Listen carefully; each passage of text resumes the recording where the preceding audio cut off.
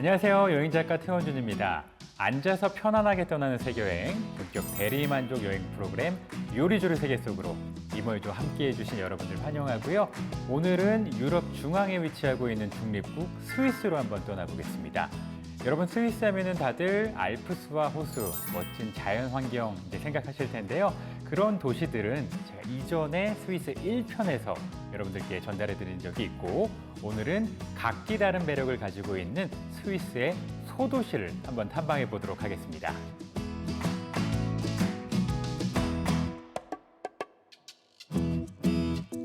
첫 번째로 떠나볼 도시는 스위스의 수도인데요. 여러분들 혹시 스위스 수도가 어딘지 아세요? 이게 제법 어려운 질문이거든요. 많은 분들이 스위스 하면은 좀 상업도시인 쭈리히, 아니면 좀 이름이 잘 생각나는 루체른, 인터라켄 이렇게 생각하시는 분들도 계신데요. 스위스의 수도는 베른입니다. 한 번쯤은 들어보셨을 텐데, 베른은 스위스의 수도인데요. 그렇게 큰 도시가 아니어가지고 한 반나절 정도면 충분히 둘러볼 수 있는 도시입니다.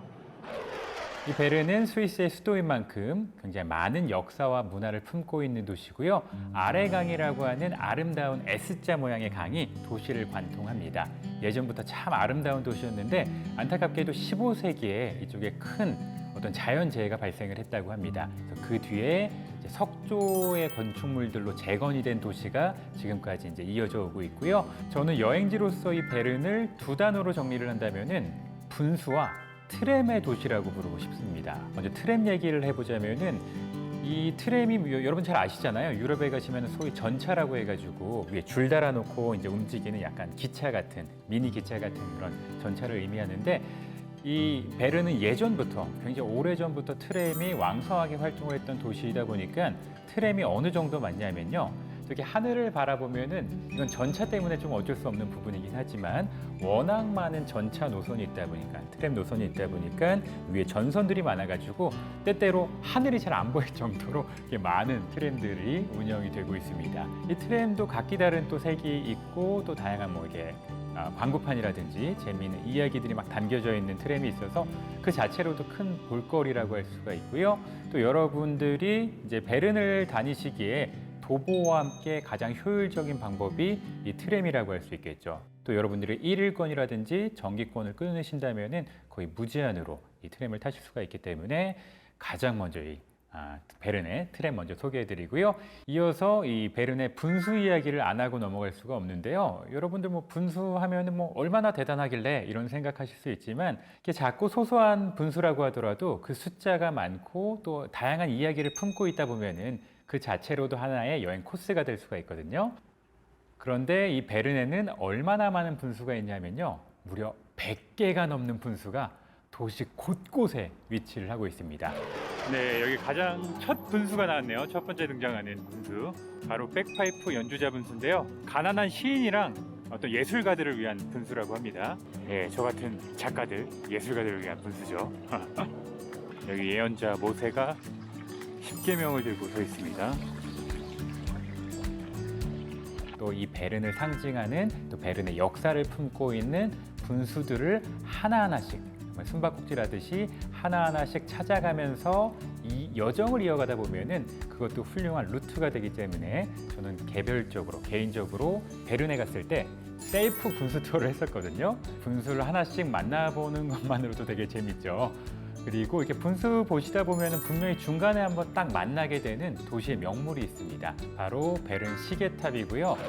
네, 이 앞에 보이는 커다란 탑이 도시의 어떤 상징 역할을 하는 시계탑이고요. 1530년도에 지어졌다고 합니다. 엄청 오래됐죠. 그래서 도시에서 이제 가장 오래된 건물이라고 하고요. 당연히 이 시간이 이 베른시의 표준시라고 합니다. 그리고 이제 매시마다 종이 치면서 그 안에 있는 조각들이 살짝 움직이는 재미있는 그런 또 순간들이 있거든요. 그래서 여러분들이 분수 구경하시다가 혹여라도 이 시계탑을 만나셨는데 한 몇 시 50분쯤 됐다, 한 10분 내외로 기다리면 정각이 된다라고 했을 때는 잠깐 기다려 보세요. 분명히 매시 정각의 재미있는 모습을 만나실 수 있기 때문에 이 시계탑도 함께 분수 투어에 넣으셔도 될 것 같고요. 그다음에 아까 보셨던 여러 분수 중에 모세이 분수 기억나시죠? 그 모세이 분수 바로 앞에는 베른 대성당이 있습니다. 이 베른 대성당은 수도의 대성당인 만큼 스위스 내에서 가장 웅장하고 규모가 큰 성당이고요. 특히 이 성당 앞에 파사드라고 하죠. 교회나 성당의 어떤 전면부를 파사드라고 하는데 그 파사드의 조각이 굉장히 정교하고 섬세하고 아름답습니다. 에르하르트 킹이라고 하는 예술가가 최후의 심판을 이제 새겨 넣었는데 자세히 보시면 왼쪽은 천국의 모습을 하고 있어요. 모두가 평안하게 그 천국의 모습을, 천국을 즐기고 있는 모습을 이제 보여주고 있고요. 그 다음에 오른쪽을 보시면은 그 반대인 지옥의 모습이 묘사되고 있습니다. 그래서 좌우로 여러분들 이렇게 딱 보시다 보면은 절로 정말 착하게 살아서 왼쪽 천국으로 가야겠다 이런 생각이 들 정도로 섬세한 조각이고요. 이 성당이 건설에만 400년이 걸렸다고 해요. 그 정도로 또 규모도 크고 역사를 많이 품고 있는 성당이다 보니까 아쉽게도 내부는 비디오 촬영이 금지가 되어 있습니다. 그래서 제가 여러분들께 보여드릴 수는 없고 이 베른에서도 여러분들이 그냥 지나치시면 아쉬울 법한 그런 여행지라고 할 수가 있겠죠. 또 한 가지 제가 여러분께 살짝 죄송한 게 뭐 제 의도로 그런 건 아니지만 지금 영상에 비가 많이 오잖아요. 비도 오고 좀 흐리다 보니까 여러분들께 좀 샤방샤방한 베른의 모습을 보여드리지 못해서 아쉬운데 또 우리가 이럴 때 택하는 방법이 있죠. 여러분들 어디든지 여행 가셨을 때 비가 오거나 아니면 살짝 날이 흐린다면은 미술관이나 박물관 보시면 참 좋잖아요. 실내에 있다 보니. 그래서 이 베른에도 중요한 박물관이 하나 있기 때문에 소개를 해드려 봅니다. 여러분 아인슈타인 모르시는 분 없죠? 정말 역사적인 인류를 대표하는 과학자라 할 수 있는데 이 아인슈타인이 독일 출신이긴 하지만 한때 이 베른에서 일을 했었습니다. 비가 많이 와서 박물관을 가야 되겠습니다. 그래서 지금 아인슈타인 박물관에 왔습니다. 바로 이 집에 살았다고 합니다. 아인슈타인 하우스. 아인슈타인이 실제로 베른 특허사무소에 일하면서 베른에 한 3년 가까이 살았다고 합니다. 바로 이 집에서요.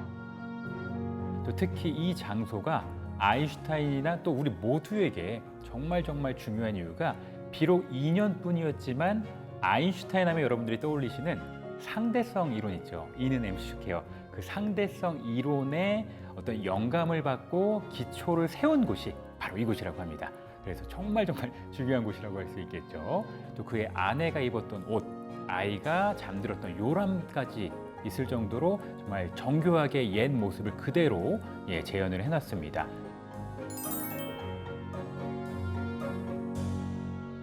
네, 아인슈타인 하우스 잘 본 것 같아요. 뭐 대단히 인상적인 전시물이 있는 건 아닌데 그냥 아인슈타인이 머물던 공간이라는 자체가 좀 의미가 있겠죠. 그리고 딱 박물관을 나왔더니 비가 좀 잦아들었어요.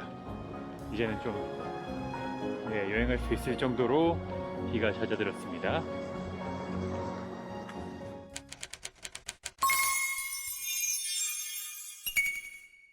베른에 이어서 스위스 최북단에 위치하고 있는 샤프하우젠으로 한번 가보겠습니다. 샤프하우젠은 최북단에 있는 만큼 독일과 국경을 접하고 있어요. 그래서 이 지역은 대부분 독일어를 사용하거든요. 특별히 이 샤프하우젠이 어마어마하게 많은 볼거리를 가진 도시는 아닌데 근교에 유럽 최고의 또 최대의 폭포가 기다리고 있습니다. 바로 라인 폭포고요. 서유럽 쪽에서는 뭐 폭이 150m 정도 되니까 최대의 규모를 가지고 있어요. 그래서 그 폭포를 보기 위해서 수많은 여행자들이 찾아드는 거점 도시라고 할 수가 있겠죠. 근데 우리가 폭포를 보기 전에 그래도 샤프하우젠에 온 만큼 이 도시의 풍경도 좀 만나보면 좋겠죠. 라인 폭포의 거점 도시인 샤프하우젠에 도착했습니다. 샤프하우젠은 배의 강이라는 뜻이라고 해요. 도시 자체가 이제 라인 강변에 있는데 이 라인 폭포가 있다 보니까 워낙 그 물살이 세서 모든 배들이 일단 샤프하우젠에 짐을 다 내려놨다고 합니다. 그리고 이제 다시 출발을 하다 보니까 여기가 어떤 그 무역의 거점이 됐겠죠. 그러면서 발전한 도시라고 해요. 그냥 골목하고 집들, 건물들이 다 샤방샤방해가지고 되게 이쁘게 만든 데다가 섬세한 조각도 많다. 여기 기사의 집이라고 하는 건물이 있는데요. 당시 되게 유명한 화가가 벽화를 그렸대요. 지금 제 오른편으로 이제 보입니다. 와, 되게 화려하다. 보시다시피 건물 외벽 전체에 화려한 현란한 벽화가 막 그려져 있죠. 오, 이거 멋지다. 그리고 도시에서 조금만 안쪽으로 들어가면은 무노트 요새라고 있다고 합니다. 지금 저기 탑 같은 게 하나 보이는데 아마 저걸 것 같아요. 무노트 요새로 가는 계단이 나왔습니다. 너무 높지 않았으면 좋겠다. 계속 올라옵니다.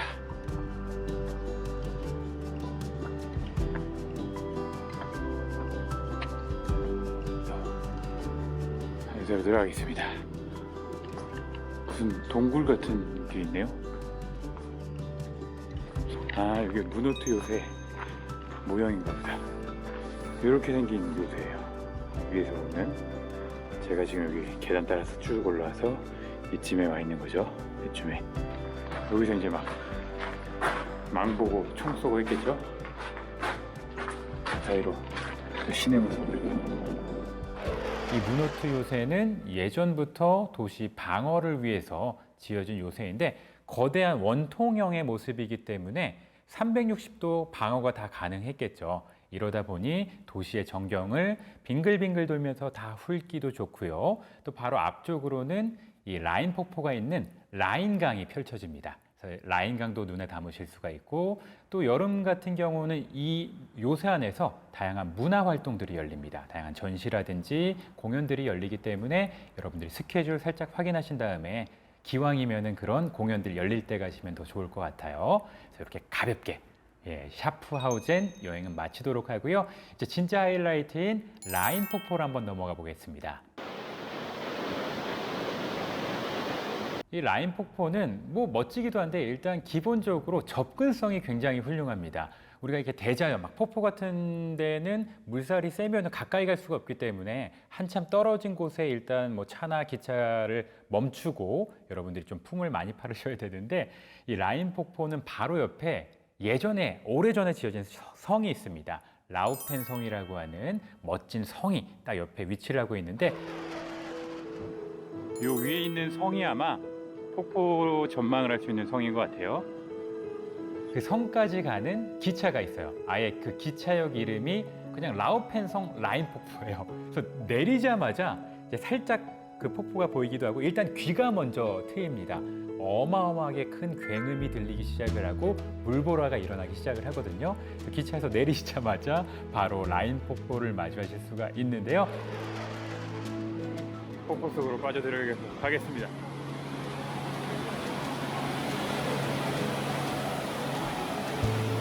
헐.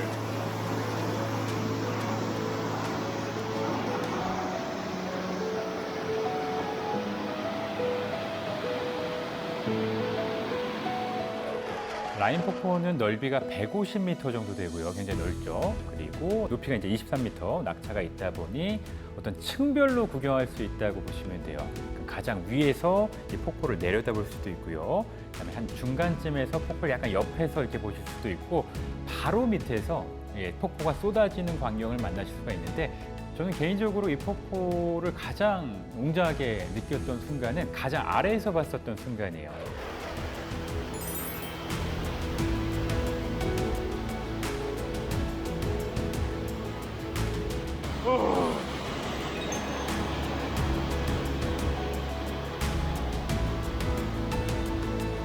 아, 밑에서 보는 게 대박이다. 지금 또 왼쪽에 무지개 떴어요.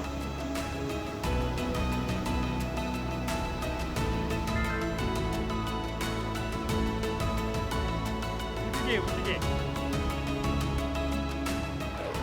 무지개 같은 라인 폭포의 모습까지 만나셨는데 마지막에 운 좋게 딱 무지개 뜬 게 너무 이쁘죠. 저도 그 순간을 잊을 수가 없을 것 같아요. 지금까지 잘 알려지지 않은 이 스위스의 멋진 자연 라인 폭포를 보여드렸습니다.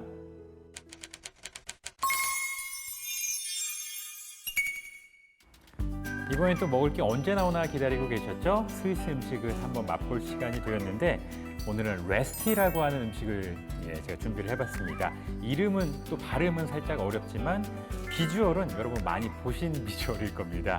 이 레스티는 우리의 감자전이랑 거의 똑같다고 보셔도 무방합니다. 스위스의 전통 가정식 요리고요. 강판에다가 감자를 갈아가지고 넓게 부쳐서 먹는 부침 요리입니다.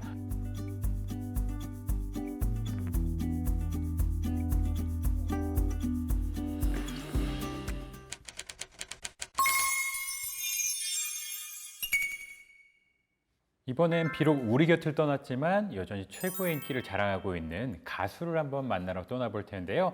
스위스의 작은 호수 마을 몽트레로 가보겠습니다.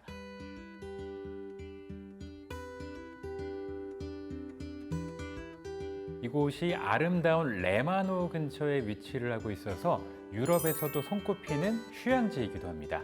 그리고 이 휴양지를 누가 또 사랑했냐면은 퀸의 보컬이자 리더였던 프레디 머큐리가 이 몽트레를 굉장히 사랑했다고 합니다. 그래서 아예 퀸의 멤버들이 이 도시에 머물면서 6장의 앨범을 발표했을 정도예요.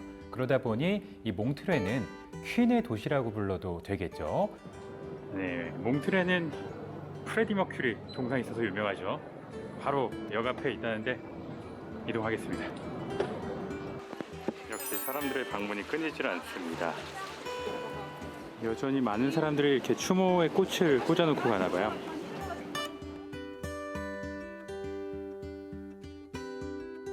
특별히 이 동상이 더 특별한 이유가 바로 퀸의 마지막 앨범이죠. 15번째 정규 앨범이었던 메이드 인 헤븐이라고 하는 앨범이 있는데 그 앨범 자켓 보시면은 프레디 머큐리가 호숫가를 향해서 이렇게 손 들고 딱 멋지게 포즈를 잡고 있는 사진 자체가 그 앨범의 재킷 사진이거든요.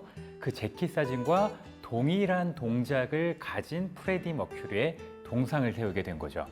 또한 프레디 머큐리뿐만이 아니라 퀸의 멤버들, 나머지 3멤버도 이곳에 머물면서 음악 작업을 했기 때문에 그들의 음악 어떤 활동을 총망라하고 있는 박물관 같은 공간도 있습니다. 일명 퀸 스튜디오 익스피리언스라고 하는 공간인데요.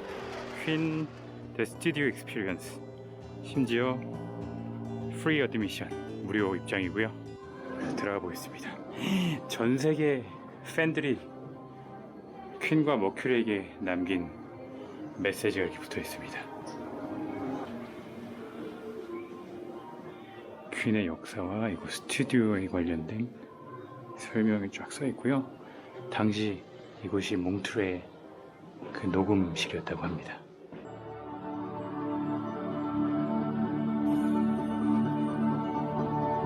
사실 이건 지금 사진이에요. 진짜는 아니고 여기 이렇게 있었다는 거죠.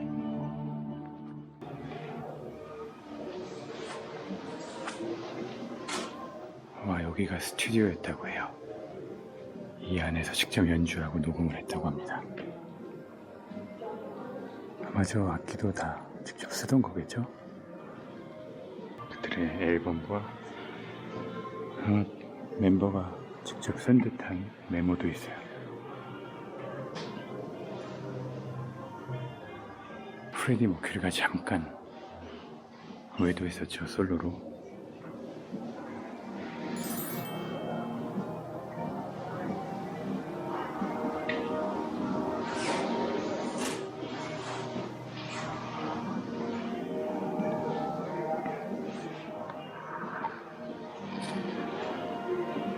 또 프레디가 파격적인 의상으로 유명했죠. 그래서 여기 그 파격적인 의상들, 저는 이런 거 절대 못 입습니다. 와, 멀끔한 프레디 머큐리.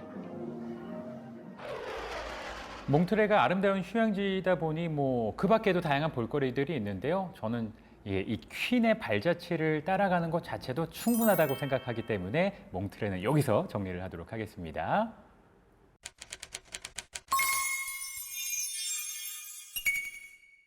어느덧 마지막 여행지를 소개할 시간이 됐네요. 이번에는 루체른으로 한번 떠나볼 텐데요. 루체른은 많이 들어보셨을 것 같아요. 어떻게 보면 이 스위스를 대표하는 아이콘들을 다 품고 있는 도시라고 할 수 있는데, 이 루체른은 도시이기도 하면서, 그러니까 도시의 모습들이 있습니다. 옛 시가지 모습들이 쫙 있고, 또 스위스가 자랑하는 아름다운 호수도 있고요, 강도 있고, 또 멀리 살짝 그 알프스 산맥까지 펼쳐지기 때문에 스위스의 약간 종합 선물 세트 같은 도시라고 저는 생각을 합니다. 스위스 내에서도 가장 많은 여행자들이 이제 발걸음을 하는 곳이고요. 중앙역에 도착하시면은, 기차역에 도착하시면은 바로 앞에 이 루체른을 상징하는 다리를 만나실 수가 있습니다. 카펠교라고 하는데요. 이 카펠교가 도시를 상징하고 또 루체른에서 가장 유명한 이유는 명확합니다. 스위스 내에서 가장 오래된 목조다리입니다. 1333년도에 건설이 되었고요. 기차역에서 내리시면 바로 앞에 루체른 호수가 있습니다. 그리고 그 마주에서 로이스 강이 있는데 호수하고 강 사이에 건설이 되었어요. 그래서 예전에 이제 혹시라도 물길을 통해서 적군들이 몰래 침입할 수가 있잖아요. 그래서 그런 것들을 감시하기 위해서 건설된 다리라고 합니다. 당연히 직접 그 다리 위를 걸어보실 수 있는데 여러분들이 주변 풍경이 워낙 아름답기 때문에 눈길을 좀 주변에 뺏길 수 있지만 저는 꼭 위를 한번 바라봐 주시면 좋을 것 같아요. 이제 유럽에서 가장 오래된 목조다리 안으로 들어왔는데요. 여기가 또 인상적인 게 위쪽에 이렇게 판화가 100점이 넘게 이어집니다. 17세기 화가 베크만이라고 당시 유명했던 화가인데 그 화가가 다 이렇게 제작한 수많은 판화들이 이렇게 이어집니다. 지금 어두워 잘 안 보이는데 거기가 좋다. 멋지죠? 이렇게 여러 가지 역사적인 사건에 대해서 하나로 표현을 하는 것 같아요. 이렇게 없어진 것도 있다. 다만 한 가지 아쉬운 점이 가장 오래된 목조다리잖아요. 나무로 지은 다리이다 보니까 화재에 취약할 수밖에 없겠죠. 안타깝게도 1993년에 여기 큰 화재가 발생하게 됩니다. 나무라서 이제 거의 다 이제 소실이 되게 되고요. 그 뒤에 어느 정도 복원이 되긴 했지만 판화 그림까지 완벽하게 복원할 수는 없어서 여러분들이 차근차근 보시다 보면은 특정 부분에서는 검기에 걸려서 더 이상 보이지 않는 그림들이 있어요. 좀 아픈 비극이 있는 다리이기도 하기 때문에 여러분들이 이런 부분까지 알고 가신다면은 조금 더 이 카펠교를 제대로 즐기실 수 있을 것 같고요. 아무튼 루체른에 도착을 하셨다면은 가장 먼저 만나시게 되는 다리가 바로 이 카펠교입니다. 루체른에서는 이 카펠교만 유명한 게 아닙니다. 강이 관통하다 보니까 많은 다리가 있고 역사가 오래된 다리들도 많이 있는데요. 카펠교에서 조금만 위쪽으로 올라가시면은 슈프로이어 다리라고 있습니다. 이제 카펠교에서 나왔고요. 로이스 강에는 당연히 이렇게 많은 다리들이 있는데 그 중에서 또 저 멀리 슈프로이어 다리라고 이렇게 지그재그 모양으로 되게 유명한 다리가 또 있어요. 그 다리도 한번 가볼게요. 슈프로이어 다리 나왔고요. 이 다리도 1400년대에 해적 침입을 막으려고 지었대요. 중세 때 루체른에 적이 되게 많았나 봐요. 그래서 시옷자로 꺾여 있는 이제 다리인데 또 저 위에 성벽 보이죠? 무제크 성벽이라고 저기도 이제 올라갈 예정입니다. 일단 다리부터 봐야죠. 네, 슈프로이어 다리 걷고 있는데 카펠교랑 되게 느낌이 비슷하죠? 근데 여기는 또 그림이 그려져 있는데 정말 좀 끔찍해 보이죠? 그 이유가 중세시대 최대 역병이었던 페스트를 주제로 그림을 그렸다고 합니다. 지금 또 전 세계 코로나19가 창궐하고 있어서 옛날 같지가 않네요. 이 카펠교랑 좀 다른 게 있다면은 슈프로이어 다리 중간에는 이렇게 예배당이 있습니다. 안쪽에 이렇게 성모 마리아와 그리스도가 있습니다. 그리고 이 다리를 넘어서게 되면은 그 너머에 무제크 성벽이라고 있습니다. 한때 도시를 감싸고 있던 성벽이었고요. 많은 탑들이 있는 성벽인데 이 뭐라고 써 있네요. 무제크 썸띵 그쵸?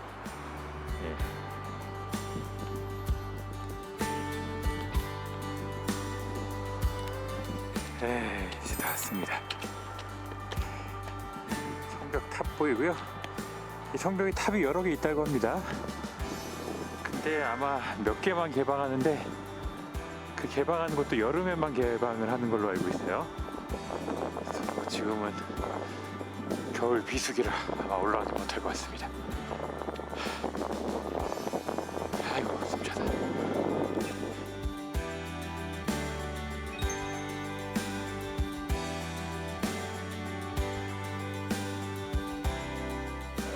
루제른에서 꼭 빼먹지 말아야 할 곳이 하나 더 있습니다. 바로 빈사의 사자상인데요. 이곳은 프랑스 역사 이야기까지 말씀을 드려야 조금 이해가 되시는 곳입니다. 1792년이었죠. 당시 프랑스에서는 대혁명이 일어나게 됩니다.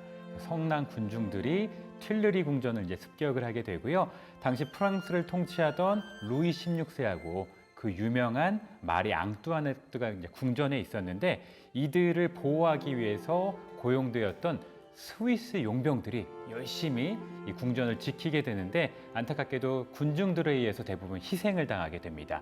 그 숫자가 이제 800명 가까이 되는데 그 용병들의 넋을 기리는 공간이라고 보시면 돼요. 그래서 지금 나오는 것처럼 너무나 좀 아픈 처량한 얼굴을 한 사자가 이제 등장을 하는데 그들을 이제 표현한 거죠. 그들의 아픔을 표현한 거고 또 저희 방패 보이시죠? 방패는 어떤 프랑스의 그런 왕권을 상징을 합니다. 부러진 창들이 안타까운 용병들을 뜻하고 있어가지고요. 빈사의 사자상은 그런 역사를 또 그런 이야기를 담고 있는 공간입니다. 사자 밑에 자세히 보시면은 그때 희생당한 용병들의 이름이 쭉 적혀 있어요. 저는 이곳을 방문을 했을 때 눈이 엄청 많이 내렸어요. 지금 막 눈이 내리고 있죠. 그래서 눈이 내려가지고 더 무언가 사자가 애처롭게 느껴졌던 것 같아요. 그래서 더더욱 약간 다운된 분위기에서 그들의 넋을 기리면서 이곳을 떠났던 기억이 있습니다.